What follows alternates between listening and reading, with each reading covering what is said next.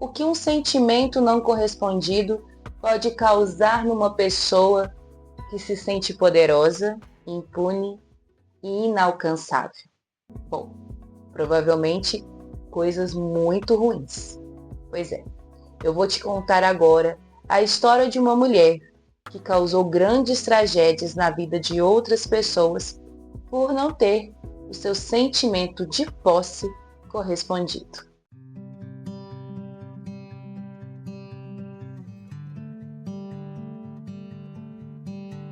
Olá, eu sou a Brenda Chaya. Eu sou terapeuta integrativa, sou especialista em autoconhecimento e espiritualidade. E esse aqui é o canal Caminhos de Encontro. Eu criei esse canal com o intuito de trazer mais informações, mais conhecimentos sobre autoconhecimento e sobre a espiritualidade. Esse canal tem o propósito de compartilhar vários tipos de conteúdos ligados à espiritualidade e autoconhecimento. Se você gostou do que você está vendo aqui, eu peço que você se inscreva se você ainda não se inscreveu. Compartilhe esse canal com seus amigos, curta esse e os outros vídeos e comente. A sua participação faz toda a diferença nesse trabalho que eu venho trazendo aqui gratuitamente para você. Bom, um dos objetivos desse canal é trazer também dicas e resenhas de livros. E hoje eu vim trazer sobre um livro muito especial e muito querido do meu coração, o Conflitos da Alma. Conflitos da Alma é um livro psicografado pelo espírito Augusto César Neto. Bem, em resumo, Augusto César Neto é um jovem que desencarnou aos 25 anos aqui no Brasil, mais especificamente na Praia Grande, em São Paulo. Depois de alguns anos de desencarnado, Augusto começou a se comunicar através da mediunidade de Chico Xavier. Gente, eu não vou contar a história do Augusto aqui agora, porque senão esse vídeo vai ficar muito grande. Mas prometo que numa outra oportunidade eu venho aqui contar mais detalhes sobre esse espírito iluminadíssimo e maravilhoso que transforma e cura vidas. Hoje eu vim contar sobre esse livro que ele ditou para uma médium aqui em Belo Horizonte. O livro chama Conflitos da Alma.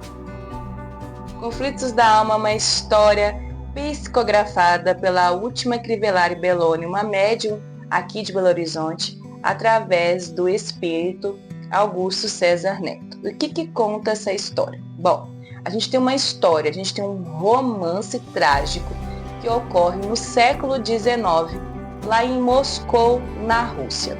Os personagens principais dessa história são 4. É o Andrei, que é o general, grande general de grandes vitórias para o exército do czar, e ele era muito querido pelo czar justamente pelas suas grandes vitórias, pelo seu posicionamento firme e viril mesmo, né? Um homem muito viril. A gente tem a Elisaveta, que é uma jovem da sociedade, mas que vem de uma família que já foi muito rica, mas que no momento está em grande falência. Nós temos a Sofia, que é uma condessa riquíssima, belíssima e também muito poderosa. E nós temos o Boris, que é um comerciante muito bem sucedido e muito bem visto na sociedade. Todos esses 4 têm as histórias entrelaçadas desde a infância. De uma forma ou de outra, eles se conhecem desde que eram crianças. A Elisaveta, por exemplo, é irmã de um dos soldados do exército do Andrei. Ele é um pouco mais velho que a Elisaveta, colega desse irmão dela, e eles se viram algumas vezes enquanto criança. Mas o contato que ele tem maior durante a vida é com o Boris, que se torna um grande amigo dele, e também da Sofia, que sempre está em volta da alta sociedade. O Andrei, além de ser um general muito bem visto, ele já faz parte de uma família muito abastada, então ele cresce nesse mundo de riqueza, de grande sociedade, então que as famílias sempre estavam unidas para estar ali trocando mesmo essas questões de riqueza, de sociedade, de conceitos e valores. Tendo essas 4 personagens em mente, nós temos outros personagens, né? Temos aí os coadjuvantes que ajudam muito a contar essa história belíssima de amor trágico e que nos ajuda a trazer também muitos ensinamentos espirituais, sentimentos de perdão, de amor, de transformação. Bom, mas vamos dar aqui um resumo dessa história para vocês se inteirarem um pouco do que fala o Conflitos da Alma. Já introduzi aqui os 4 principais personagens, vocês já conheceram mais ou menos esses personagens e eu vou contar para vocês como que eles vão se entrelaçar de uma vez por todas durante o roteiro, durante essa história do Conflitos da Alma. O Andrei, em um dado momento, ele vai retornar de uma dessas andanças, dessas guerras, dessas batalhas que ele tinha pelo Kizar, e vai ser dado um baile para recepcionar o Andrei. A Elisaveta, como irmã de um dos soldados e muito amigo também do Andrei, ela é convidada para esse baile. E ela vai com a prima que mora com ela e tal. Ela também vai porque ela é convidada pelo Boris. O Boris, a essa altura, já conhece mais a Elisaveta, já está extremamente apaixonado por ela. E vê como uma possibilidade de princípio de relacionamento com ela, levá-la a um baile. Era o tipo de encontro que existia naquela época, né? A Elisaveta vai, ela não tá nem preocupada com isso, ela nem percebe esse interesse do Boris, na verdade, por ela.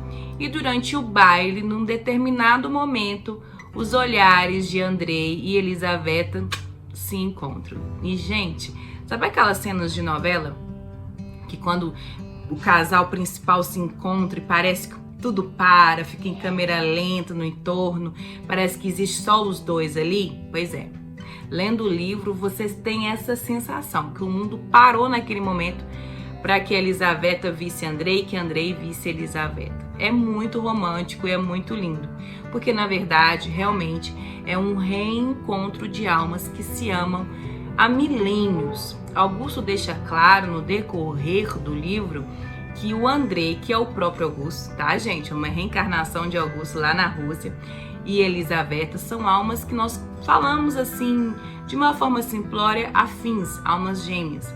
São almas que caminharam muito tempo juntas, que criaram grandes laços de amor, de respeito, de auxílio, de companheirismo, e que ficam tão afins que elas se chamam, né? Elas se conectam com muita facilidade. Andrei e Elisaveta é um caso assim, e eles tinham esse planejamento de realmente se reencontrarem nessa vida na Rússia. E é o encantamento. Eles começam um relacionamento, eles começam a viver esse amor com a ajuda de amigos em comum, só que a Sofia e obviamente o Boris não ficam nada felizes com isso. A Sofia tinha certeza absoluta que o Andrei era dela e que eles iam se casar.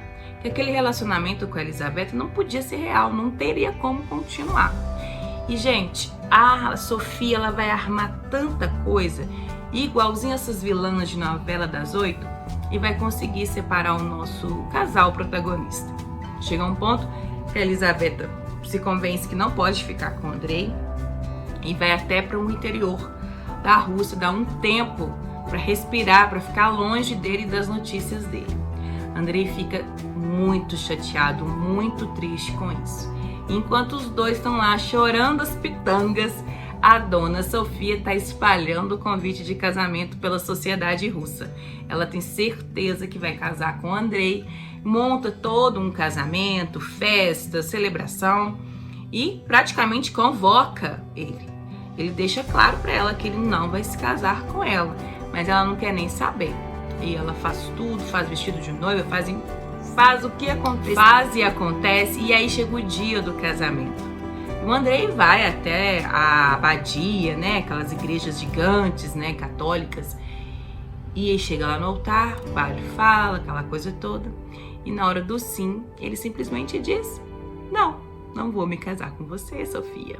Não é você que eu amo, não é você a mulher da minha vida. Dá as costas, ó, vai embora. Gente, é um momento humilhação doída ali pra Sofia, viu? Claro que ela mereceu, ela faz pra merecer, mas é humilhação demais. E a partir desse dia, Sofia promete vingança pro Andrei e, claro, pra Elisaveta, porque ela coloca nas mãos da Elisaveta a culpa de Andrei não amá-la. Sendo que não tem nada a ver, né, gente? A gente sabe disso. Bom, Correndo um pouco aqui com a história, Andrei consegue retomar seu relacionamento com a Elisaveta e eles vão se casar. Eles se casam e vivem uma história de amor muito bonita, que vai dar frutos. Eles vão ter uma filha juntos, a Laura, que é uma menina linda e muito dócil. Só que nesse decorrer dessa história até aqui, Sofia e Boris não deram descanso para o casal. Eles ficam tentando de tudo atrapalhar a vida deles. Até que os dois se convencem que viver na mesma cidade que eles não dá certo. E Andrei e Elisaveta se mudam para São Petersburgo, para uma casa mais afastada, para ver se assim eles conseguem ter uma distância da Sofia e do Boris, ter uma vida mais tranquila, sem tantas maquinações dos dois ali, que não davam o mesmo passo, tinham tudo para separar. Armavam coisas e coisas assim inacreditáveis. Só lendo o livro para você saber, porque eu não vou te contar aqui não. Só, gente, que quando a pessoa está ali armada de ódio, de despeito, de sentimento de vingança, e como Augusto nos ensina nesse livro, como que a nossa sintonia, ela vai atrair de acordo os espíritos, a energia de acordo com o que eu estou vibrando. Boris e Sofia só vibram nessa vibração mais baixa. Eles atraem para perto deles uma espiritualidade muito mais densa, muito mais ligada ao mal, que os inspiram e os auxiliam de certa forma a criar situações muito difíceis. Até que essa história vai culminar num acontecimento trágico. Eu não vou contar aqui, mas eu posso garantir para vocês que vai ter um acontecimento muito trágico. Alguém nessa história vai morrer por situações e por ações de Boris e Sofia. Nessa morte que traz grande dor para a família do Andrei, há muita dor, há muita tristeza.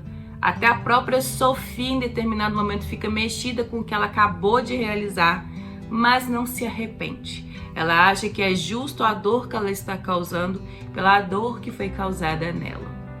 E nesse meio tempo de dor e morte, Andrei mostra pra gente, né?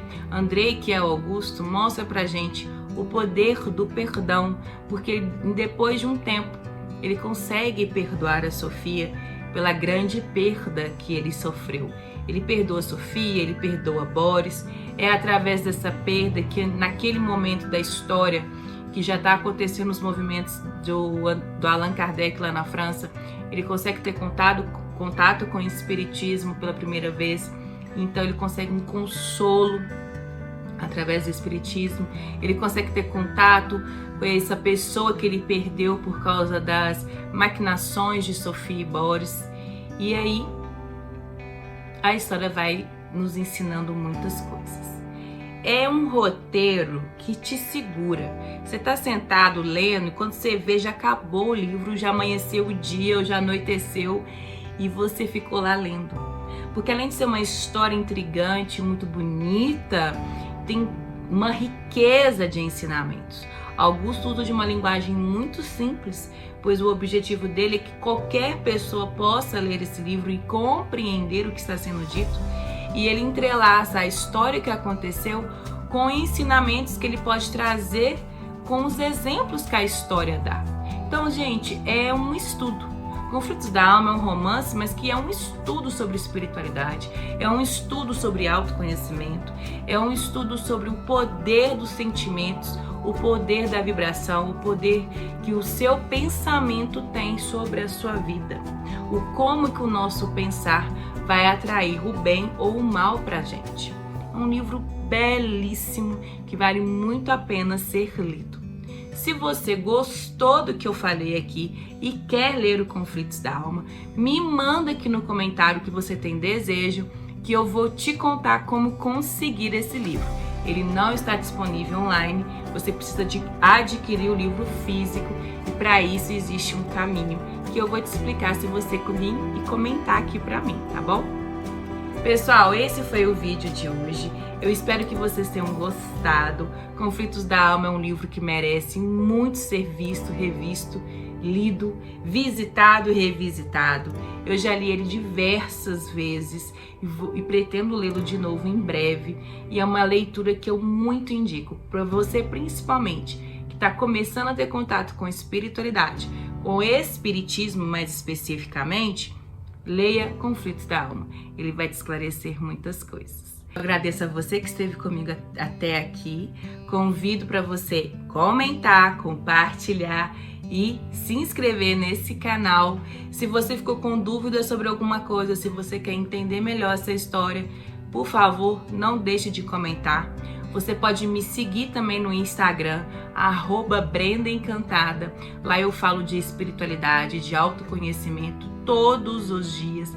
Dou muitas dicas de autoconhecimento e de espiritualidade, além das terapias que eu trabalho, que ajudam e muito a você a se conhecer melhor, a se conectar com a sua melhor parte, a sua essência, que tem conexão com Deus, conexão com o divino. Gente, é só riqueza. Espero então o comentário de vocês, espero a resposta de vocês, aguardo vocês lá no meu Instagram e a gente vai se falando. Bom, vejo vocês daqui 15 dias, numa terça-feira, com um novo vídeo. Até lá!